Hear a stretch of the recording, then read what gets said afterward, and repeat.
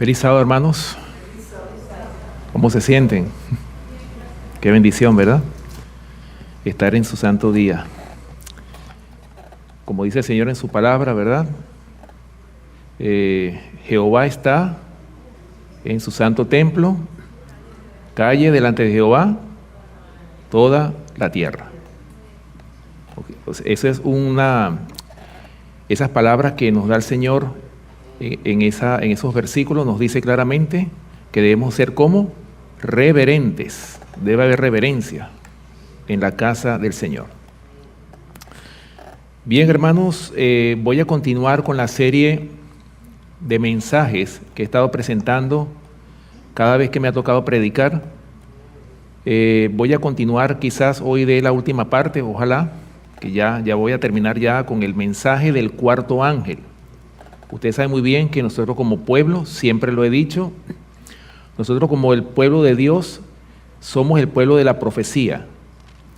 Y como tal, nosotros necesitamos entender la palabra de Dios, especialmente la profecía de Apocalipsis, especialmente el último libro, el capítulo 14, el mensaje de los tres ángeles. El Señor nos ha puesto una gran responsabilidad a nosotros como pueblo, y es proclamar al mundo el último mensaje de misericordia. Y hemos dicho que si nosotros no cumplimos con esa responsabilidad o con ese llamado, ¿qué va a pasar? ¿Qué va a hacer el Señor? El Señor va a llamar a otros que no son del pueblo nuestro, y ellos, ese pueblo que el Señor llamará, van a ser esos obreros de la hora undécima que van a terminar esta obra, que van a dar este último mensaje de amonestación al mundo. Por eso es que nosotros necesitamos entender este mensaje, el mensaje de los tres ángeles. Y dice una cita de aquí de la Biblia de Estudios, dice que el mensaje de los tres ángeles de Apocalipsis 14, dice que pronto se entenderá. Y cuando dice estas palabras, a veces yo me pregunto, ¿será que nosotros entendemos este mensaje realmente? ¿Será que lo comprendemos, lo entendemos? Y hay otra cita que dice que a medida que nos acerquemos al fin de la historia de esta tierra, este mensaje se va a ir entendiendo cada vez más. ¿Por qué? Porque vamos a ver el cumplimiento de la profecía, vamos a ver el cumplimiento de lo que nosotros hemos creído como pueblo. ¿Ok? Por esa razón, hermanos, ya hemos hablado del mensaje del primero, del segundo, del tercer ángel, y ahora mismo estamos estudiando el mensaje del cuarto ángel de Apocalipsis, capítulo 18. Pero en esta mañana, de hecho, voy a hablar de la parte 5 del mensaje del cuarto ángel de Apocalipsis, capítulo 18. Y el tema de hoy tiene como título Salid de Babilonia. Ese es el título del mensaje que voy a presentar en esta mañana. Y vamos a comenzar abriendo nuestras Biblias en Apocalipsis capítulo 18. Vamos a leer los versículos 4 y 5. Esa va a ser, digamos, la meditación, va a ser el tema en esta mañana. Apocalipsis capítulo 18 y vamos a leer los versículos 4 y 5. Y dice así la palabra de Dios. Y oí otra voz del cielo que decía: salid de ella, pueblo mío, para que no seáis partícipes de sus pecados, ni recibáis parte de sus plagas, porque sus pecados han llegado hasta el cielo, y Dios se ha acordado de sus maldades. Como ustedes pueden ver, el Señor en estos versículos de Apocalipsis capítulo 18, como lo es el mensaje del cuarto ángel, el Señor está haciendo un último llamado a su pueblo. Y ese último llamado que el Señor le está haciendo a su pueblo es: salid de Babilonia. ¿Ok? Bueno, ya nosotros hemos estudiado, ¿verdad?, los versículos anteriores. Hemos estudiado, bueno, que los podemos leer, ¿verdad?, del verso 1 al verso 3, que dice así, a manera de recordatorio, es esto, ¿no? Que dice: después de esto vi a otro ángel descender del cielo con gran poder, y la tierra fue alumbrada con su gloria. y clamó con voz potente diciendo: ha caído la gran Babilonia, y se ha hecho habitación de demonios, y guarida de todo espíritu inmundo, y albergue de toda ave inmunda y aborrecible. Porque todas las naciones han bebido del vino del furor de su fornicación, y los reyes de la tierra han fornicado con ella, y los mercaderes de la tierra se han enriquecido de la potencia de sus deleites. Y aquí viene justamente el llamado que el Señor le hace a su iglesia, a ese remanente final. Y oí otra voz del cielo que decía: salid de ella, pueblo mío, para que no seáis partícipes de sus pecados, ni recibáis parte de sus plagas, porque sus pecados han llegado hasta el cielo, y Dios se ha acordado de sus maldades. Como ustedes pueden ver, hermanos, el Señor, después de tantas amonestaciones que le hace a su pueblo, a su iglesia profesa, y eso lo podemos ver en toda la Biblia. En toda la Biblia vemos nosotros claramente que el Señor siempre le ha hecho un llamado a su pueblo a abandonar el pecado, a dejar la iniquidad, a ser un pueblo santo. Ese es el llamado que el Señor le hace a su pueblo. O se lo ha hecho a lo largo y ancho de toda la Biblia, desde el Génesis hasta el Apocalipsis. El Señor siempre ha querido que su pueblo esté aparte. Por eso que, como se decía en la escuela sabática, andarán dos juntos si no estuvieran de acuerdo, como lo dice Amós capítulo 3, versículo 3. O sea, ¿pueden estar dos personas juntas si no están de acuerdo? Imposible, ¿verdad?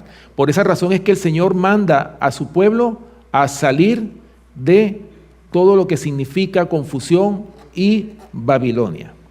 Ahora, vamos a leer algunos versículos para que podamos ver el llamado que el Señor hace. En toda la Biblia vemos claramente que el Señor manda a su pueblo a salir precisamente de Babilonia. Génesis capítulo 19.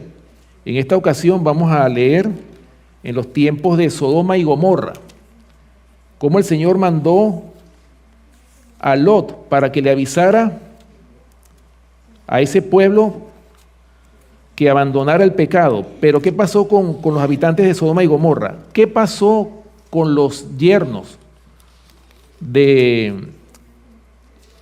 Lot? Perdón. Le estaba diciendo, ¿verdad?, que Sodoma y Gomorra iban a ser destruidas. ¿Y qué pasó con ellos? Ellos se burlaron, ¿sí o no? Así como se burlaron de Lot la mayoría de los habitantes de esa estupenda ciudad. Génesis capítulo 19, versículo 14.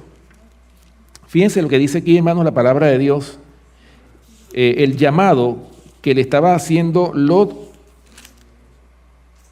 a los esposos de sus hijas. Génesis capítulo 19, versículo 14, dice: entonces salió Lot y habló a sus yernos lo que habían de tomar sus hijas, y les dijo: levantaos, salid de este lugar, porque Jehová va a destruir esta ciudad. Mas pareció a sus yernos como que se burlaba. ¿Qué pensaban los habitantes de Sodoma y Gomorra en ese momento? ¿Qué decían? Oye, imposible. Tú eres un loco. ¿Cómo tú crees que Dios va a destruir esto? Si mira cómo está el cielo, mira este cielo azul. No, eso es imposible. Imposible. Las mismas palabras que dijeron los habitantes de ese mundo antediluviano. Esa advertencia que dio Noé, ¿verdad?, por 120 años. ¿Y qué pasó con los habitantes de los antediluvianos? ¿Qué pasó con ellos? Hermanos, hicieron caso omiso también al llamado de que el mundo iba a ser destruido por un diluvio. Bueno, eso dice Génesis capítulo 19, versículo 14. En Éxodo capítulo 12, versículo 34, también un llamado parecido también, al que el Señor le hizo a su pueblo, tanto en el mundo antediluviano como en la ciudad de Sodoma y Gomorra. Éxodo capítulo 12, versículo 31. Dice: e hizo llamar a Moisés y a Aarón de noche y les dijo: salid, fíjense que es la misma palabrita, ¿verdad? Salid de en medio de mi pueblo vosotros y los hijos de Israel, e id servir a Jehová como habéis dicho. ¿Cuál fue el llamado que Dios le hizo a su pueblo? Ustedes saben muy bien que el pueblo de Israel estaba, ¿dónde estaba el pueblo de Israel en ese momento? Estaban en Egipto, o sea, estaban cautivos en Egipto. ¿Y qué era lo que estaba haciendo el Señor? Llamándolos a que salieran ¿a través de quién? A través de Moisés. O sea, el Señor levantó a Moisés y a Aarón, ¿para qué? Para hablar con Faraón para que dejara salir a su pueblo. ¿Por qué Dios permitió, o por qué el Señor quería que su pueblo saliera de Babilonia, de Egipto, perdón? ¿Para qué?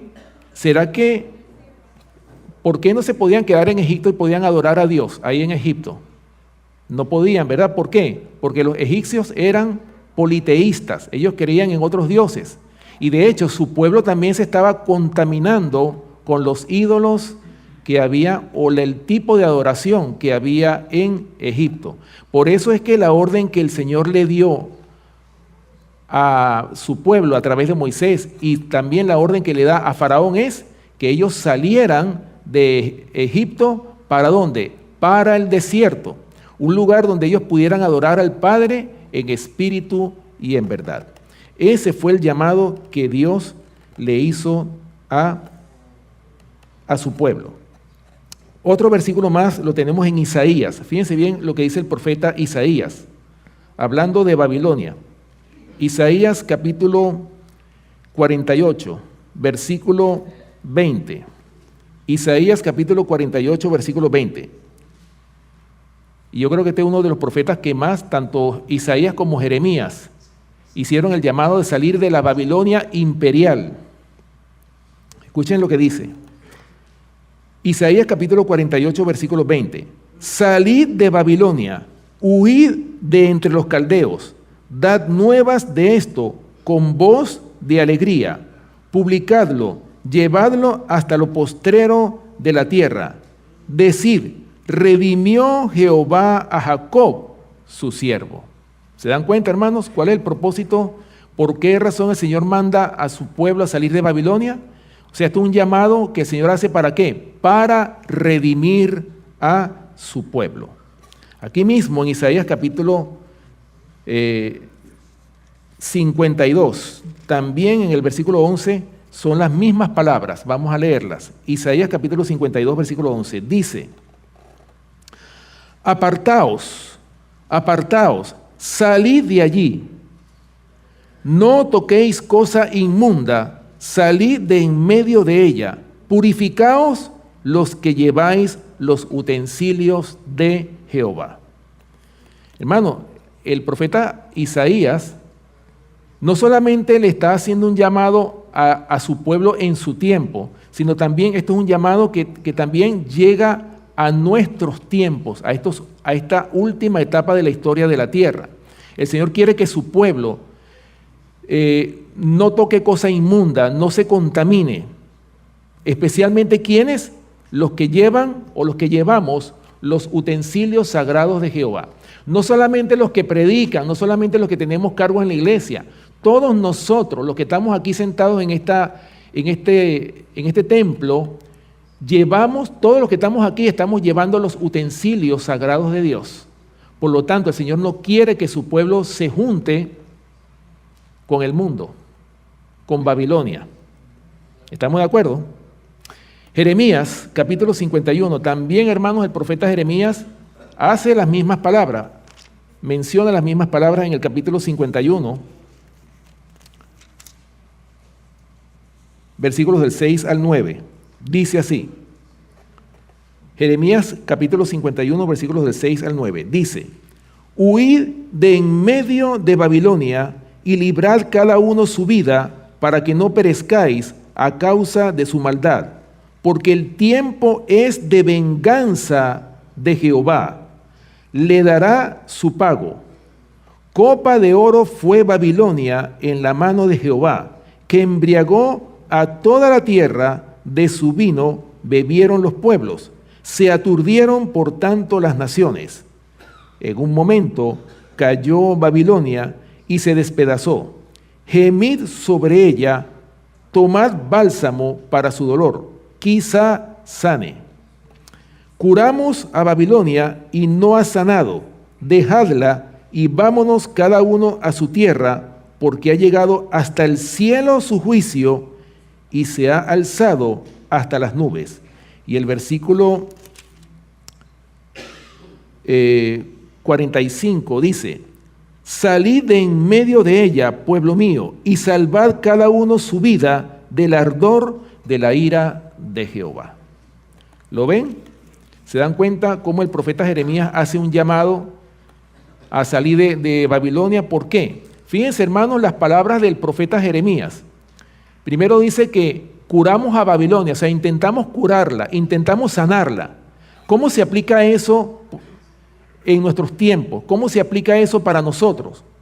O sea, cuando una iglesia está en confusión o tiene un mensaje o una falsa doctrina, ¿cuál es el propósito? ¿Será que primero vamos a salir de ella sin avisarle a esos hermanos que están en confusión? ¿Será que Dios ve con buenos ojos que nosotros abandonemos esa congregación sin antes avisarles que ellos están en apostasía, o tratar de convencerlos a través de la palabra de que ellos no están en la sana doctrina? Primero, hermanos, uno intenta de curar a Babilonia, pero va a llegar un momento en que si Babilonia no es sanada, ¿qué va a pasar? El Señor manda a su pueblo a salir de ahí, ¿sí o no? Una vez más, como lo dice Amós 3:3, ¿andarán dos juntos si no estuvieren de acuerdo? Ahí se cumplen las palabras, ¿verdad? Bien, y también, hermanos, en el Nuevo Testamento, el Señor Jesucristo, en Mateo capítulo 25, en el contexto de la parábola de las 10 vírgenes, fíjense bien, hermanos, lo que el Señor habla, o lo que dice en cuanto a la parábola de las 10 vírgenes. Mateo capítulo 25, vamos a leer los versículos 5 y 6 de esta parábola, para que ustedes vean, hermanos, que también es un llamado que hace el Señor a salir de Babilonia, pero a través de la parábola de las 10 vírgenes. Fíjense bien cómo dice, Mateo capítulo 25, versículos 5 y 6, dice: y tardándose el esposo, cabecearon todas y se durmieron. Y el versículo 6 dice: y a la medianoche se oyó un clamor: aquí viene el esposo, salid a recibirle. ¿Lo ven? ¿Se dan cuenta cómo el llamado, de acuerdo a esta parábola de las 10 vírgenes, cuál es el llamado que el Señor hace? Fíjense, interesante, analizando estos dos versículos, los versos 5 y 6, fíjense que dice que tardándose el esposo. ¿Acaso ahora mismo el Señor no se ha tardado en venir? Se ha tardado, ¿verdad? Ahora, ¿qué dice la palabra de Dios en cuanto a la tardanza de Dios? Dice que el Señor no retarda su promesa como alguno la tiene por tardanza.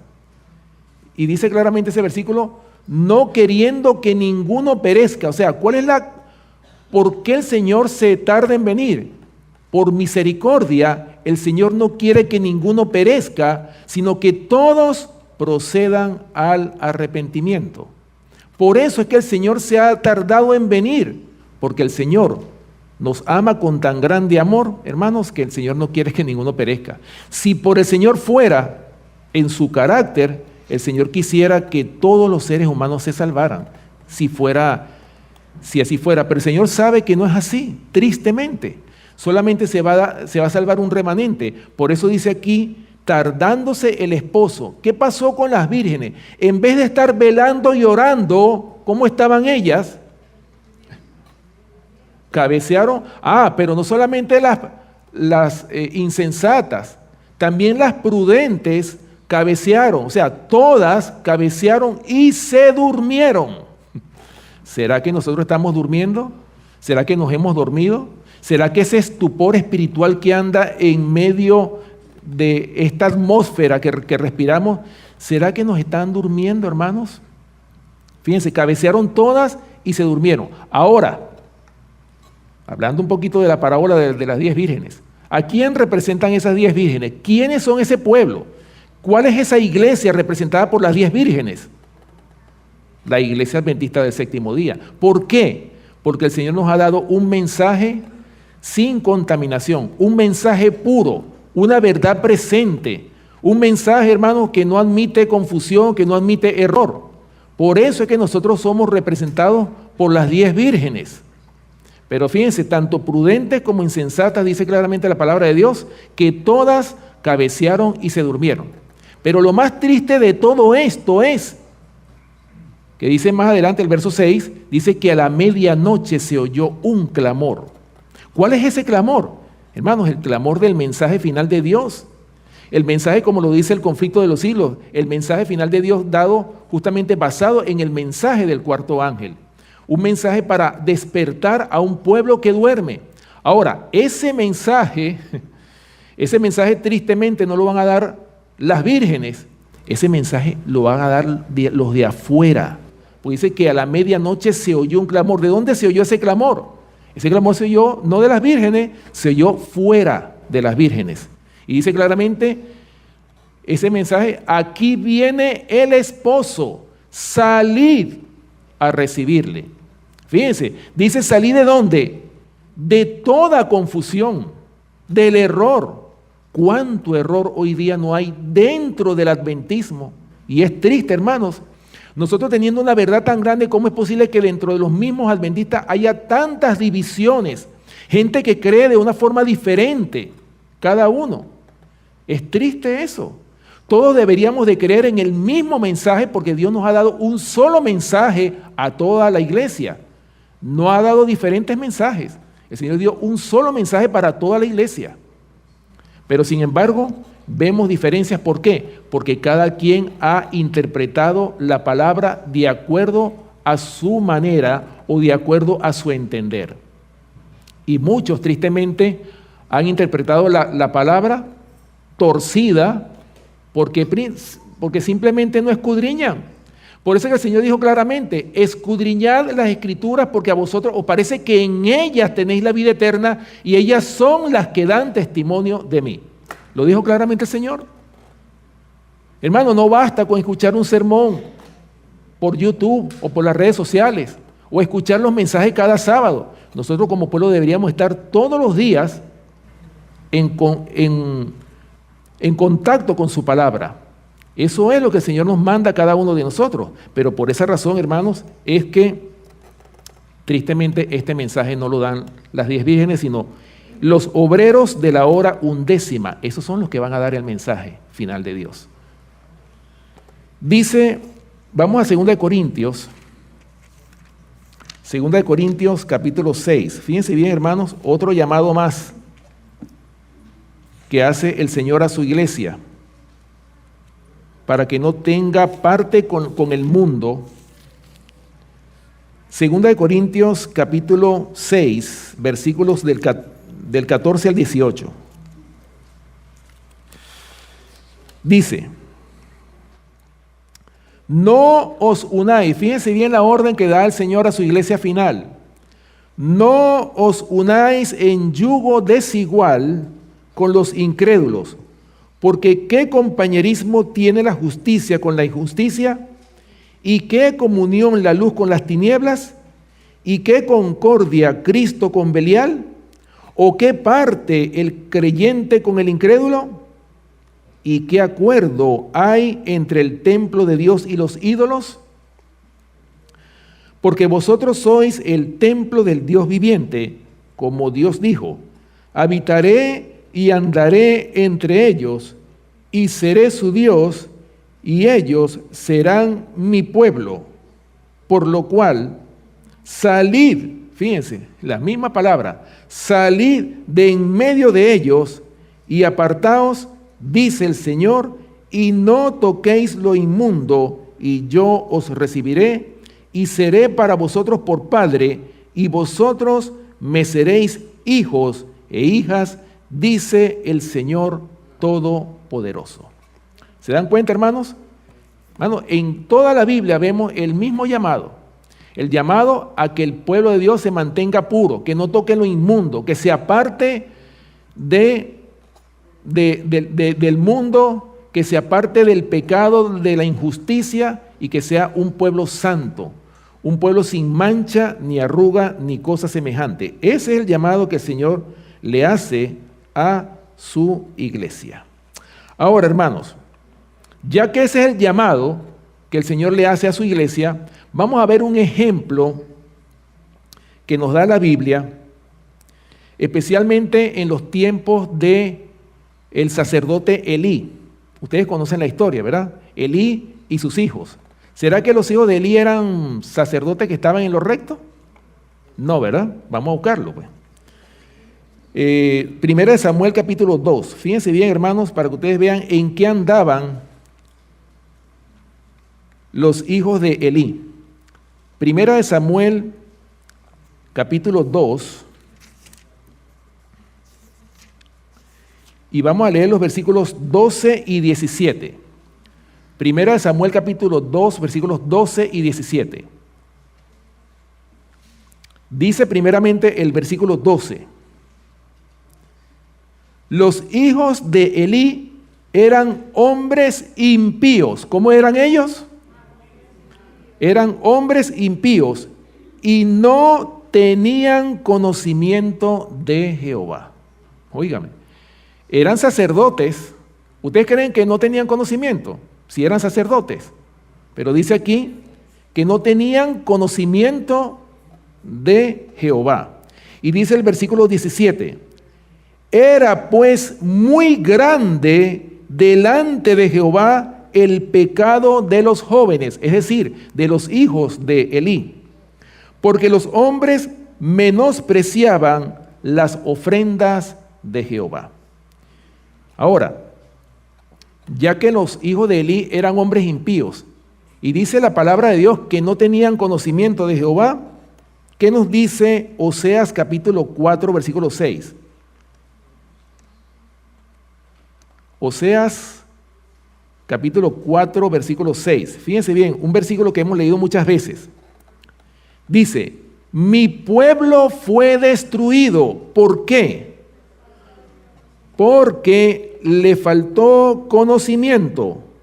Por cuanto desechaste el conocimiento, yo te echaré del sacerdocio, y porque olvidaste la ley de tu Dios, también yo me olvidaré de tus hijos.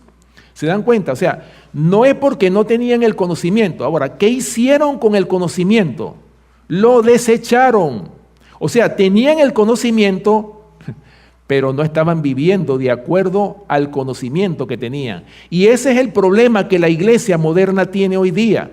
Conocemos mucho, tenemos mucho conocimiento, podemos dar sermones y todo, estudios bíblicos, pero no estamos viviendo a la altura del conocimiento que nosotros tenemos. Y eso se nos anota como pecado.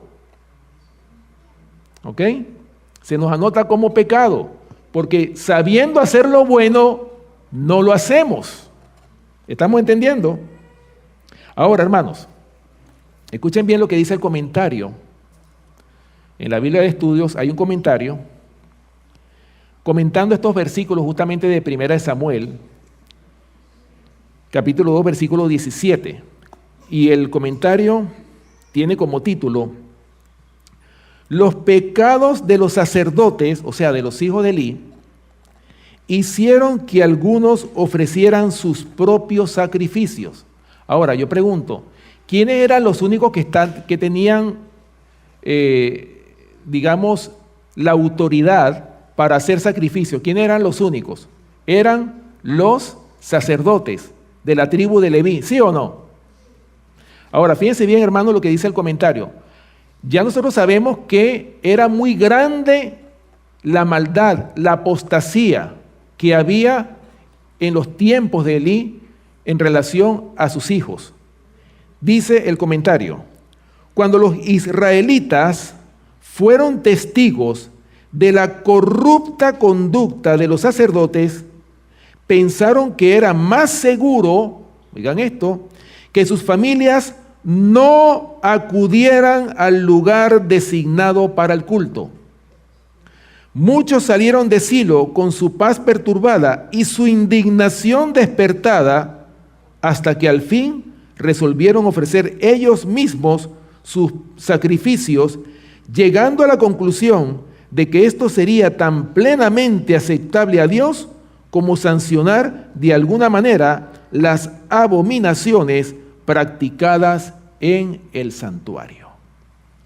¿Qué pasó con los israelitas que estaban en los tiempos de Elí y de los hijos de Elí? Ellos asistían al culto de adoración cuando iban a sacrificar el animalito.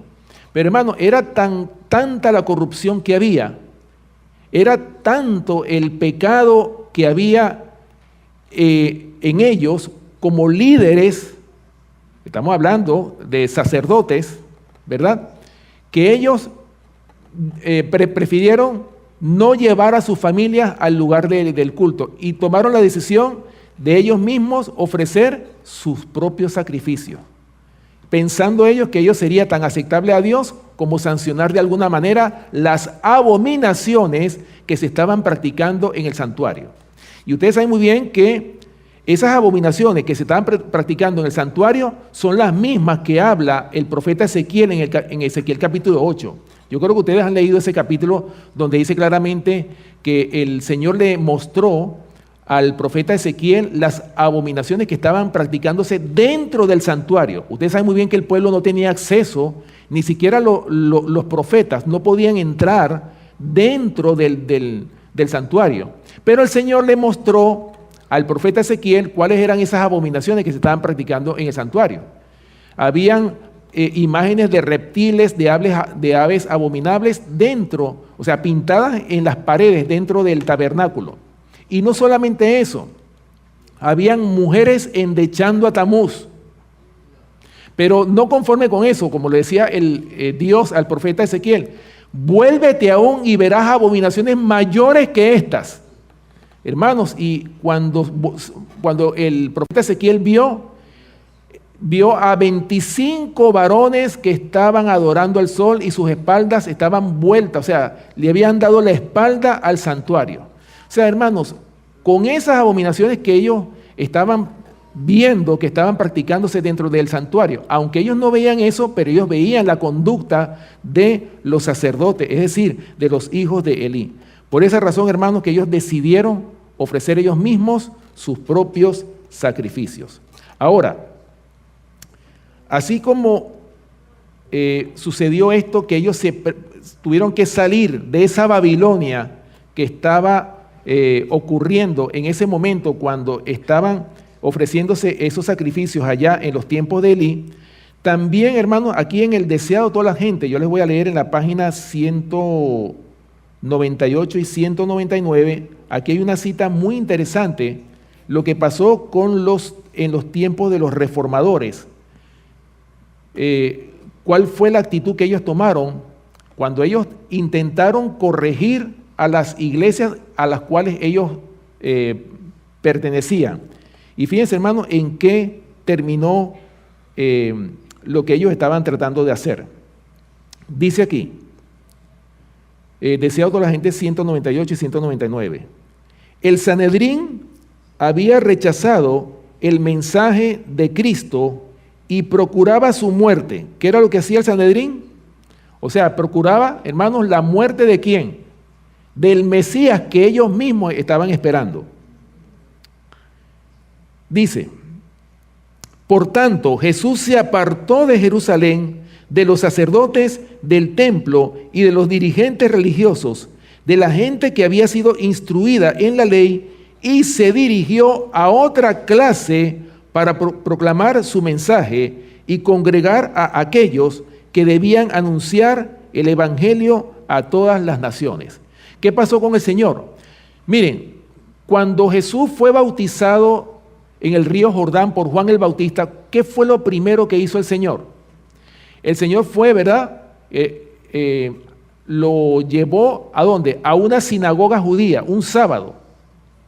Y ustedes saben muy bien lo que pasó en esa sinagoga. Es decir, Él fue primero a lo que podemos decir hoy día a la iglesia adventista, fue a la iglesia oficial establecida en aquel entonces. Hermanos, ¿y cuál fue el resultado cuando le dieron el rollo del profeta Isaías que él empezó a predicar? Hermanos, se formó, hermanos, una controversia tan violenta, hermanos, que prácticamente casi que empujan al Señor por un despeñadero y casi que le quitan la vida.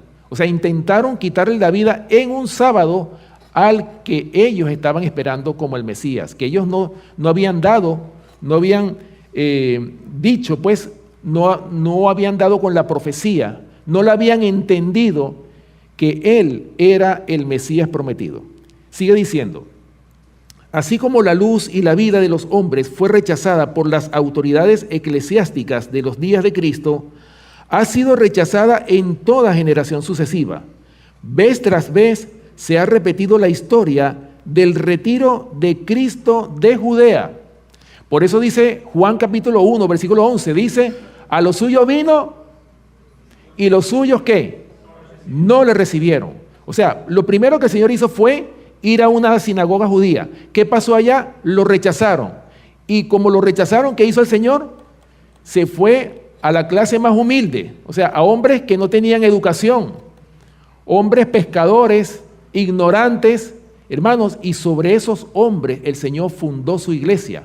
Por eso fue cuando el Señor le dijo a Pedro, a ti te digo que tú eres Pedro y sobre esta roca edificaré mi iglesia y las puertas del Hades no prevalecerán contra ella. Sigue diciendo, cuando los reformadores, ahora habla de los reformadores, fíjense, en los tiempos de Cristo pasó esto, y ahora habla en los tiempos de los reformadores. Estamos hablando en la época de los 1260 años de supremacía papal, que se extendieron desde el año 538 hasta el año 1798 después de Cristo. Fíjense, dice,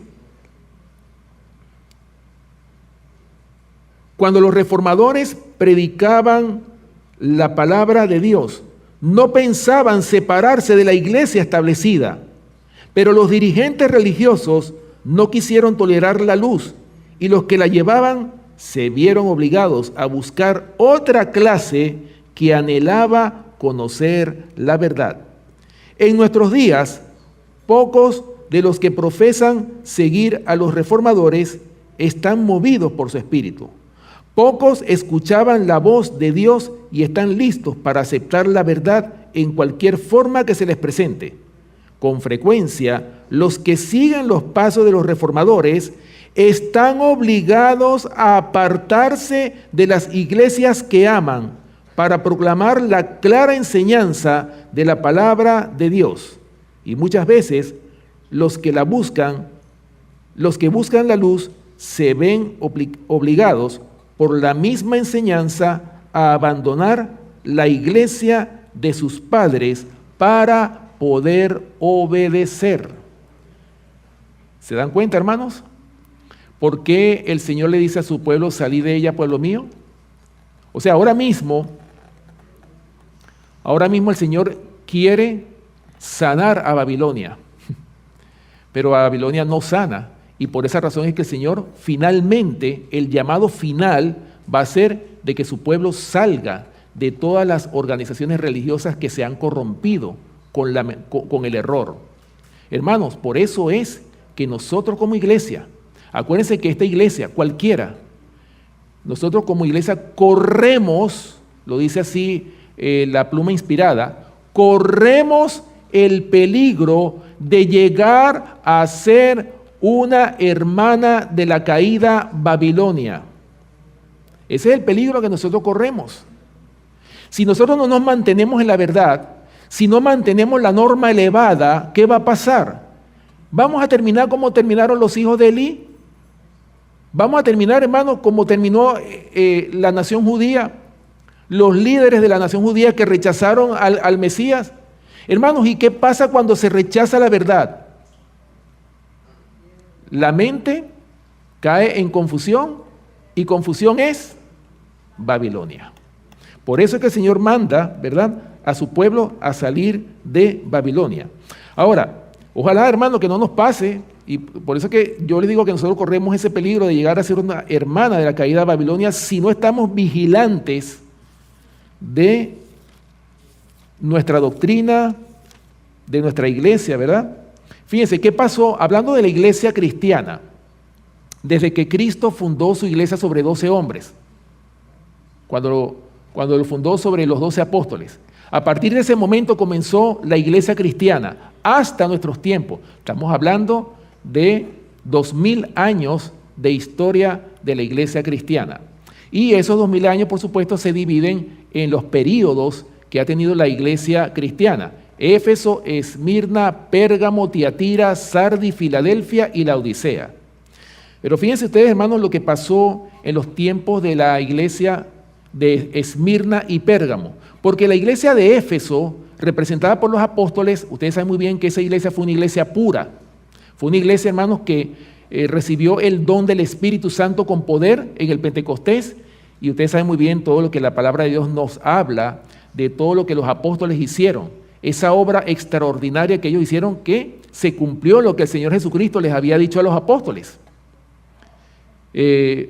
No os toca a vosotros saber los tiempos y las sazones que el Padre puso en su sola potestad, pero recibiréis poder cuando haya venido sobre vosotros el Espíritu Santo, y me seréis testigos en Jerusalén, en toda Judea, en Samaria y hasta lo último de la tierra.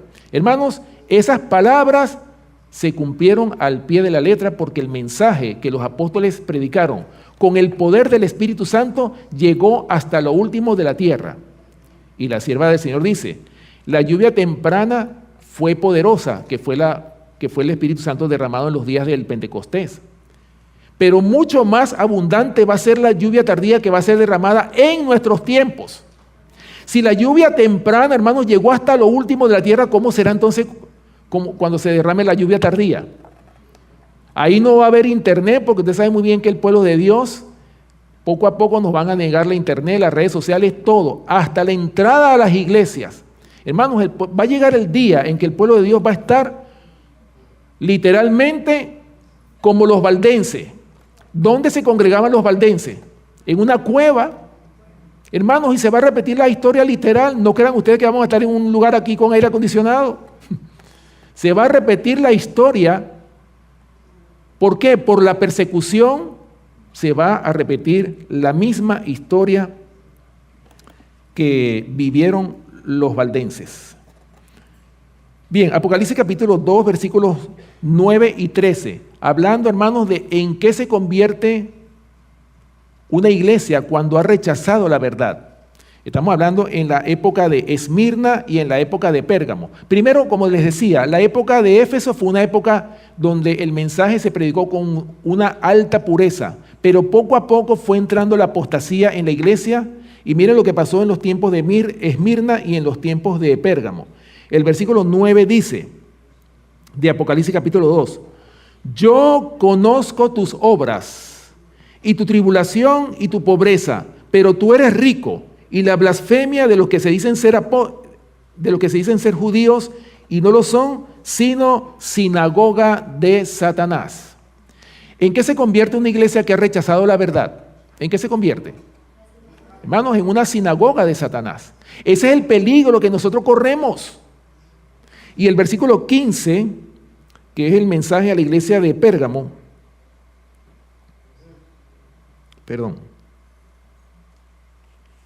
el versículo 13, dice, yo conozco tus obras y donde moras, donde está el trono de Satanás, pero retienes mi nombre y no has negado mi fe, ni aun en los días en que Antipas, mi testigo fiel, fue muerto entre vosotros donde mora Satanás. ¿Qué pasó con ese fiel siervo llamado Antipas? Antipas, hermano, fue asesinado por los mismos hermanos de la iglesia de Pérgamo.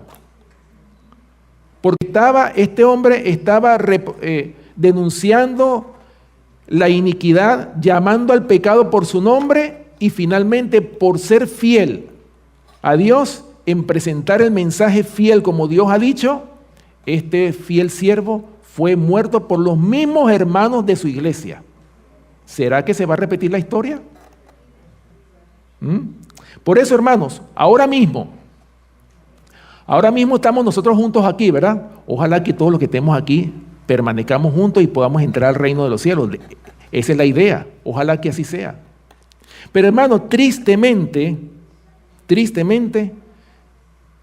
no va a ser así. ¿Por qué? Porque el Señor ha dejado crecer juntos el trigo y la cizaña. Vamos a la parábola del trigo y la cizaña, vamos a leerla. Mateo capítulo 13, versículos del 24 al 30. Aquí está, hermanos, cómo el Señor habla, y esta parábola tiene una gran lección. Mateo capítulo 13, versículos 24 al 30, dice: les refirió otra parábola diciendo: el reino de los cielos es semejante a un hombre que sembró buena semilla en su campo. Pero mientras dormían los hombres, vino su enemigo y sembró cizaña entre el trigo y se fue. Y cuando salió la hierba y dio fruto, entonces apareció también la cizaña. Vinieron entonces los siervos del padre de familia y le dijeron: Señor, ¿no sembraste buena semilla en tu campo? ¿De dónde pues tienes cizaña? Él les dijo: un enemigo ha hecho esto. Y los siervos le dijeron: ¿quieres pues que vayamos y la arranquemos? Él les dijo: no sea que al arrancar la cizaña arranquéis también con ella el trigo. Dejad crecer juntamente lo uno y lo otro hasta la siega. Y al tiempo de la siega yo diré a los segadores: recoged primero la cizaña y atadla en manojos para quemarla, pero recoged el trigo en mi granero. ¿Se dan cuenta? Ahora mismo el Señor, ¿verdad?, ha dejado el trigo y la cizaña juntos. Pero ¿qué va a pasar en el tiempo de la siega? Hermanos, va a haber una separación. Y a veces yo no me imagino, hermanos, que nosotros, que nos hemos congregado aquí por tantos años, que llegue el día en que entre nosotros haya una división, porque unos quieren santificarse, pero otros no, quieren seguir viviendo una vida común. Usted se imagina, hermano, qué triste que mi hermano con el que hemos compartido, que ese hermano te entregue a las autoridades, que se vuelva en contra tuya, que te odie a muerte. Hermano, eso es triste. Yo creo que duele más que un hermano lo traicione a uno que la propia familia no convertida. Porque la familia no convertida, uno dice, bueno, ok, nos une los nexos de el ADN, la sangre. Pero la familia, hermanos, la familia de la fe, que tanto hemos amado a nuestros hermanos, qué triste es que tenga que haber una separación. Eso es muy doloroso, pero hermano, pero eso va a pasar, tristemente. Ojalá que nosotros todos, entre nosotros no haya divisiones, que todos estemos, hermanos, en la misma página, que todos realmente deseemos entrar en el reino de los cielos y hagamos todo lo que sea necesario. Hermanos, si tenemos que crucificar este cuerpo que no nos deja santificarnos, que lo hagamos, que estemos dispuestos a crucificar el yo, el orgullo, la suficiencia propia, que son los enemigos más grandes que tiene el hombre. ¿Ok? Bien, ahora, hermanos, vamos a ver qué significa salir de Babilonia. Esto tiene varios significados. ¿Ok? Vamos a ver qué significa salir de Babilonia. Primeramente, hermanos, salir de Babilonia significa salir de toda organización religiosa que esté en apostasía. Porque ese es el llamado que el Señor manda a su pueblo, a salir de la confusión, del error, de toda organización religiosa que ha apostatado, que ha renunciado a la verdad. El Señor manda a su pueblo a que salga de ahí. Vamos a leer 2 de Tesalonicenses, capítulo 3, versículo 6. Fíjense, hermanos, cómo el Señor habla claro en su palabra.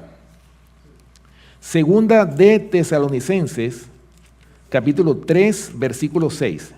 Dice: pero os ordenamos, hermanos, en el nombre de nuestro Señor Jesucristo, que os apartéis de todo hermano que ande desordenadamente, y no según la enseñanza que recibisteis de nosotros. ¿Qué dice el apóstol Pablo? Mire, hermano, esto es palabra de Dios, esto está inspirado. Dice claramente: ordenamos, hermanos, que en el nombre de nuestro Señor Jesucristo, que os apartéis de todo hermano que ande desordenadamente, y no según la enseñanza que recibisteis de nosotros. O sea, hermano, por eso que les digo, va a llegar el día en que nosotros no, como lo dice Amós 3:3, vuelvo y cito ese versículo. ¿Andarán dos juntos si no estuvieren de acuerdo? Lo dice la palabra de Dios claramente, ¿verdad? Ok, eso es lo que significa, ¿verdad? El primer significado de salir de Babilonia es salir de toda organización religiosa apóstata. Número 2, significa salir de las ciudades. Miren, no lo digo yo, lo dice la pluma inspirada aquí en Evento de los Últimos Días. Bueno, aquí hay un capítulo completo en este libro Evento de los Últimos Días, dice la vida en el campo. Y este es un mensaje que Dios nos ha dado a nosotros los adventistas de salir de la ciudad. Escuchen bien lo que dice en la página 97. Salid de las ciudades tan pronto como sea posible y adquirid una porción de tierra donde podáis tener un huerto donde vuestros hijos puedan ver crecer las flores y aprender de ellas lecciones de sencillez y pureza. ¿Con qué propósito salimos de las ciudades? ¿Será que nos vamos a llevar la ciudad para el campo? ¿Qué dice ella aquí? ¿Para qué? Para que nosotros, para que nuestros hijos y nosotros mismos, ¿verdad?, podamos aprender a tener lecciones de sencillez y pureza. O sea, en otras palabras, vivir una vida sencilla. Eso es lo que el Señor quiere que aprendamos cuando salimos de las ciudades. Sigue diciendo, mi mensaje en este tiempo es salir de las ciudades, tener la seguridad de que la instrucción para nuestro pueblo es de radicarse a kilómetros de distancia de las grandes ciudades. Una mirada al San Francisco de hoy hablaría a vuestras mentes inteligentes y mostrándonos la necesidad de salir de las ciudades. Por otro lado también, en la página 98 dice, como pueblo que guarda los mandamientos de Dios, debemos salir de las ciudades, tal como lo hizo Enoc. Debemos trabajar en las ciudades, pero no vivir en ellas. Hay que trabajar en favor de las ciudades desde puestos de avanzada. El mensajero de Dios dijo, ¿no serán amonestadas las ciudades? Sí, pero no por el pueblo de Dios que viva en ellas, sino mediante sus visitas realizadas para advertirlas de lo que acontecerá sobre la tierra. Bueno, aquí por supuesto hay todo este capítulo habla por supuesto de la vida en el campo. Ahora, bueno, eso es número 2, o sea, el segundo significado de salir de Babilonia. Número 3, significa, hermanos, salir de la apostasía. ¿Ok? O sea, en otras palabras, el Señor quiere que su pueblo esté en la verdad, no en el error. Si hemos estado en el error, el Señor manda a su pueblo a que esté en la verdad. Primera de Timoteo, capítulo 4, versículo 1 lo dice. Vamos allá. Primera de Timoteo, capítulo 4, versículo 1 dice claramente, el apóstol Pablo, por supuesto, escribiéndole al joven Timoteo en su primera carta, dice así. Pero el Espíritu dice claramente que en los postreros tiempos algunos apostatarán de la fe, escuchando a espíritus engañadores y a doctrinas de demonios. ¿Qué va a pasar en los postreros tiempos? Que muchos van, o sea, no dice pocos, dice muchos, y esto es peligroso, dice que muchos, ¿qué va a pasar? Apostatarán de la fe, escuchando a espíritus engañadores y a doctrinas de demonios. Ahora, ¿qué manda el Señor? ¿Será que el Señor nos manda a escuchar a otros? ¿Será que el Señor nos manda a escuchar, como yo he visto algunos hermanos que no tienen discernimiento cuando escuchan en las redes sociales cualquier sermón y a veces hasta le dicen amén a unas abominaciones que se predican en la internet?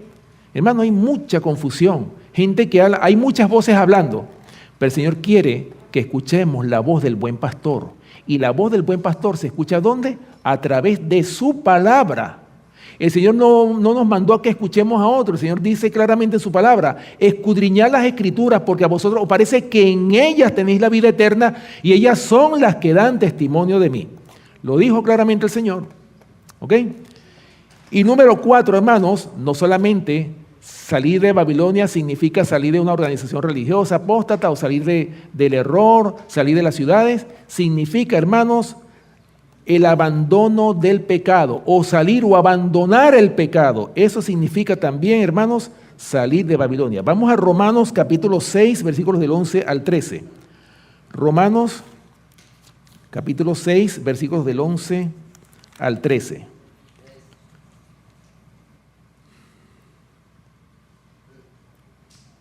Dice, así también vosotros consideraos muertos al pecado, pero vivos para Dios en Cristo Jesús, Señor nuestro.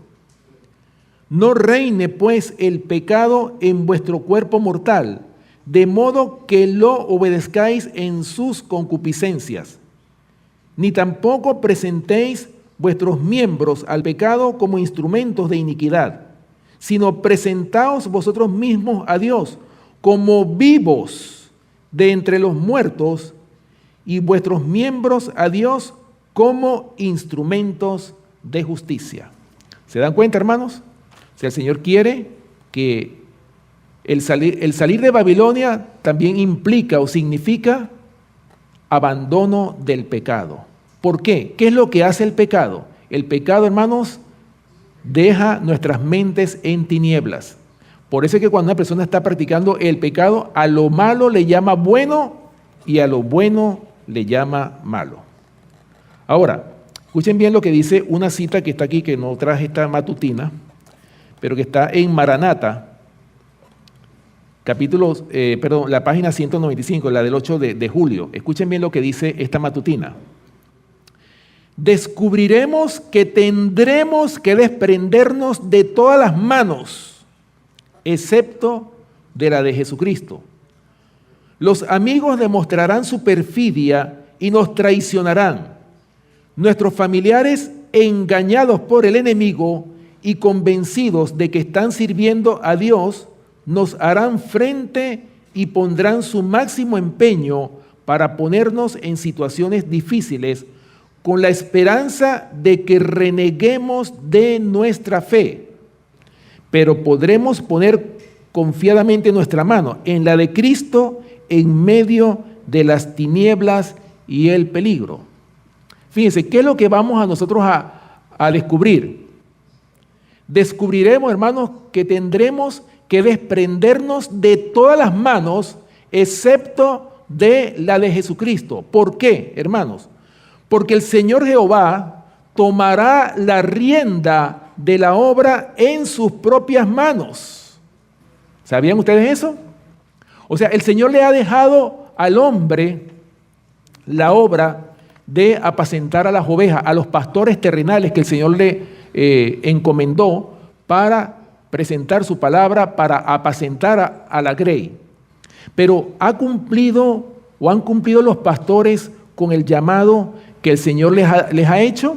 Escuchen lo que dice, hermanos, en Ezequiel, el profeta Ezequiel, ¿verdad? Ezequiel capítulo 34. Este capítulo, hermanos, habla claramente cómo habla de la infidelidad de los pastores terrenales, los pastores que Dios dejó a cargo de su grey.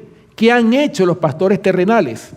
Escuchen bien lo que dice Ezequiel capítulo 34. Dice, vino a mí palabra de Jehová diciendo, hijo de hombre, profetiza contra los pastores de Israel, profetiza y di a los pastores, así ha dicho Jehová el Señor, ay de los pastores de Israel que se apacientan a sí mismos, ¿no apacientan los pastores a los rebaños? Versículo 6, anduvieron perdidas mis ovejas por todos los montes y en todo collado alto y en toda la faz de la tierra fueron esparcidas mis ovejas y no hubo quien las buscase ni quien preguntase por ellas. Versículos 10 y 11 dice: así ha dicho Jehová el Señor, he aquí yo estoy contra los pastores y demandaré mis ovejas de su mano y les haré dejar de apacentar las ovejas, ni los pastores se apacentarán más a sí mismos, pues yo libraré mis ovejas de sus bocas y no les serán más por comida. Y escuchen lo que dice el versículo 11. Dicho, o sea, el mismo Señor, escuchen lo que dice en el versículo 11. Porque así ha dicho Jehová el Señor, he aquí yo mismo iré a buscar mis ovejas y las reconoceré. O sea, hermanos, que el Señor mismo va a dirigir a su iglesia en el tiempo final. Ese remanente que no va a tener pastor terrenal que lo dirija, ¿qué va a pasar? Ese remanente final que va a ser perseguido por ser fiel al Señor, el mismo Señor va a apacentar a ese pueblo remanente. O sea, el mismo Señor va a dirigir. Por eso es que se cumple lo que dice el Salmo 23, versículo 1, Jehová es mi pastor, nada me faltará. ¿Se dan cuenta? Hermanos, esto va a pasar en el tiempo final. Ahora, escuchen lo que dice, no solamente lo dice Ezequiel 34, también lo dice Testimonio para los Ministros en la página 300. Escuchen lo que dice esta cita. Es una cita, hermanos, que es para pensar. Y dice así: permítame decirle que el Señor actuará en esta etapa final de la obra en una forma muy diferente de la acostumbrada, contraria a todos los planes humanos. Habrá entre nosotros personas que siempre querrán controlar la obra de Dios y dictar hasta los movimientos que deberán hacerse cuando la obra avance bajo la dirección de ese ángel que se une al tercero. ¿Cuál es ese ángel que se une al tercero? El cuarto ángel del que estamos estudiando. Para dar el mensaje que ha de ser comunicado al mundo, Dios empleará formas y medios que nos permitirán ver que Él está tomando la rienda en sus propias manos. Los obreros se sorprenderán por los medios sencillos que utilizará para realizar y perfeccionar su obra en justicia. Hermanos, gloria al Señor por esta cita. Testimonio para los Ministros, página 300. Esto es para pensar, hermanos, y esto es una confirmación de qué o cómo el Señor va a dirigir a su pueblo en el tiempo final. Recuerden, hermanos, que en el tiempo final no vamos a estar en una iglesia aquí sentados. El pueblo que quiere alcanzar la salvación, el pueblo que quiere ser fiel a Dios, ¿qué va a pasar con ese pueblo? Hermanos, va a estar perseguido, aún hasta de sus propios hermanos.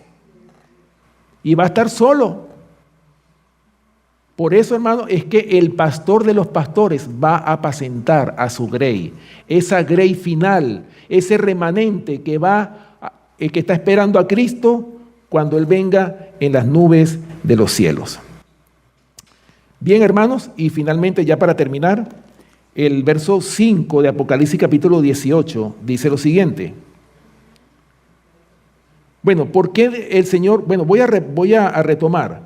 Y oí otra voz del cielo que decía, el versículo 4, salid de ella, pueblo mío, para que no seáis partícipe de sus pecados, ni recibáis parte de sus plagas.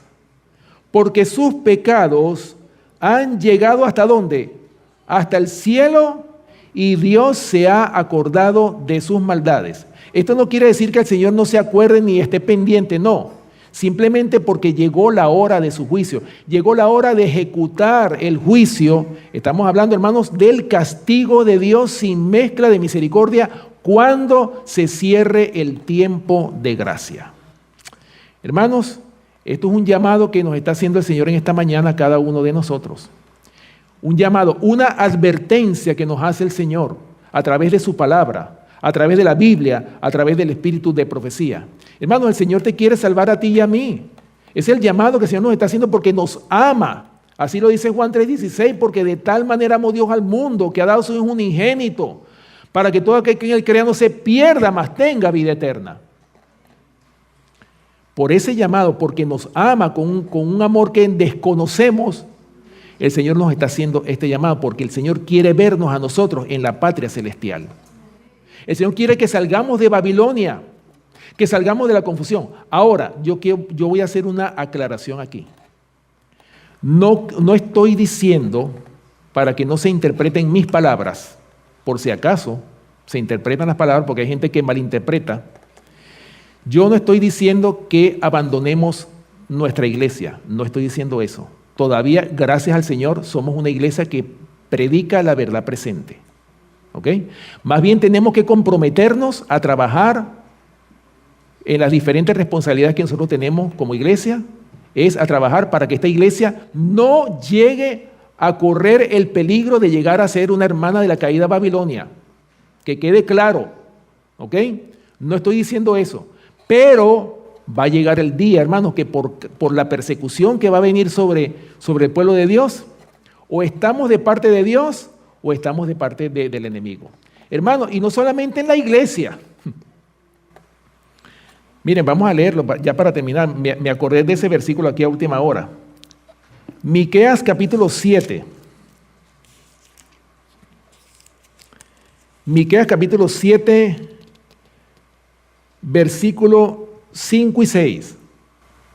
Y esto es triste, hermanos, lo que dicen estos versículos. Miqueas capítulo 7, versículos 5 y 6. Dice, no creáis en amigo, ni confiéis en príncipe.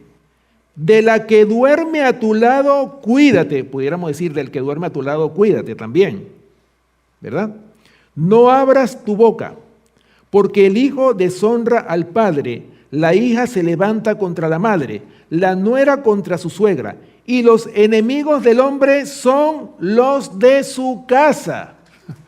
Hermano, esto todavía va mucho más hacia lo íntimo, hacia el hogar. Es triste, hermanos, porque van a haber, o sea, estas son palabras duras que uno a veces tiene que decirlas, pero van a haber hogares que se van a separar. No se van a separar por infidelidad, no. Se van a separar por la verdad. Porque el esposo se santificó, se consagró, pero la esposa no se santificó, no caminó con él. Hermanos, y va a llegar el día en que va a haber una ¿qué? Una separación. Es triste, hermanos. Por eso es importante que tanto el esposo como la esposa estén en la misma página. Por eso que el Señor quiere formar hogares santificados. ¿Y cómo se forman los hogares santificados? Por eso es que los jóvenes, así como Christopher, Alistair, ¿verdad? Ustedes que están, y Camar, que están creciendo, ojalá que ustedes crezcan, hermanos, estar afianzados en la verdad y que se santifiquen para que cuando llegue el día de casarse, se casen con una esposa idónea para ustedes, para que continúen y estén en la misma página, para que finalmente no haya esa separación. Ese es el propósito. Por eso es que el Señor quiere, y por eso que Dios no quiere que nosotros tengamos yugos desiguales. El Señor quiere, hermanos, que estemos nosotros en el mismo mensaje, en la misma página. ¿Para qué? Para que no haya separación del trigo y la cizaña. Para que no nos convirtamos en cizaña, sino que todos seamos trigo. Ese es el llamado que el Señor te está haciendo en esta mañana, mi querido hermano. Que todos seamos trigo y no cizaña. Ojalá, mis hermanos, que el Señor nos ayude a que realmente podamos entender las señales de los tiempos, el tiempo que nos ha tocado vivir a cada uno de nosotros y que hagamos los arreglos que tengamos que hacer para que nosotros podamos finalmente entrar en esa patria celestial. Tenemos que obtener el pasaporte para poder entrar en la patria celestial. Ese es el pasaporte que debemos de codiciar. Ese sello del Dios vivo en la frente que el Señor le va a poner a su pueblo. Ojalá, mis queridos hermanos, que ninguno de los que estemos aquí se quede, sino que todos procedamos al arrepentimiento y todos finalmente entremos en la patria celestial y que seamos sellados para vida eterna. Que el Señor les bendiga, hermanos. Vamos entonces a terminar con una oración.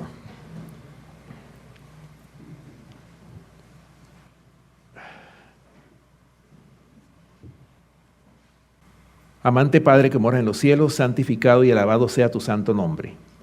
Señor, en esta hora te damos gracias por tu palabra, por este llamado que tú nos has hecho a cada uno de nosotros.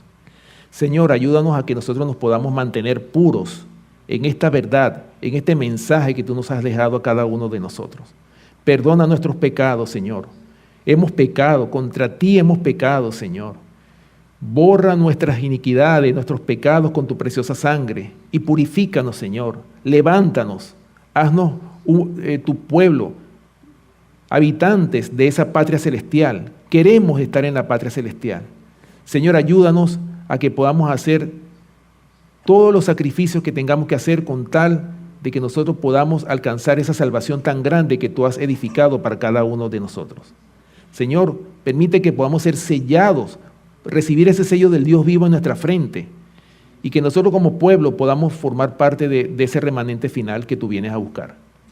Te pedimos, Señor, que tú bendigas a cada familia, a cada hermano, hermana aquí presente, a los niños, los jóvenes, los adultos, los ancianos, y que tú puedas, Señor, tocar nuestros corazones con tu palabra, que podamos ser santificados por ella. Señor, en esta hora te rogamos que tú seas con tu pueblo en todo lo ancho y lo largo de este mundo, con todas las iglesias que están en la verdad presente. No permitas, Señor, que haya corrupción en nuestras iglesias y que nosotros podamos ser un pueblo santificado. Gracias, Padre Celestial, por tu palabra y por tus bendiciones. Te rogamos, Padre Celestial, que tú seas con aquellos que todavía no te conocen, que puedan, Señor, rendir sus vidas antes de que sea demasiado tarde, porque sabemos que la gracia ya se va a cerrar dentro de pocos años. Tu venida está cerca porque no nos cabe la menor duda. Pero ayúdanos, Señor, a que podamos trabajar y que nuestra prioridad seas tú, Señor, y no las cosas de este mundo. Gracias por tu palabra, Señor. Gracias por tus bendiciones y te pedimos una bendición por los alimentos que hemos de compartir a continuación. Y ayúdanos, Señor, a que en este día podamos ser reverentes, que podamos guardar tu santo sábado, no hablando nuestras propias palabras, sino hablando tus palabras, Señor. Y gracias por este llamado que tú nos has hecho en esta mañana. Todo esto te lo pedimos y te lo rogamos en el nombre y por los méritos de nuestro amante Salvador, Cristo Jesús. Amén. El Señor les bendiga.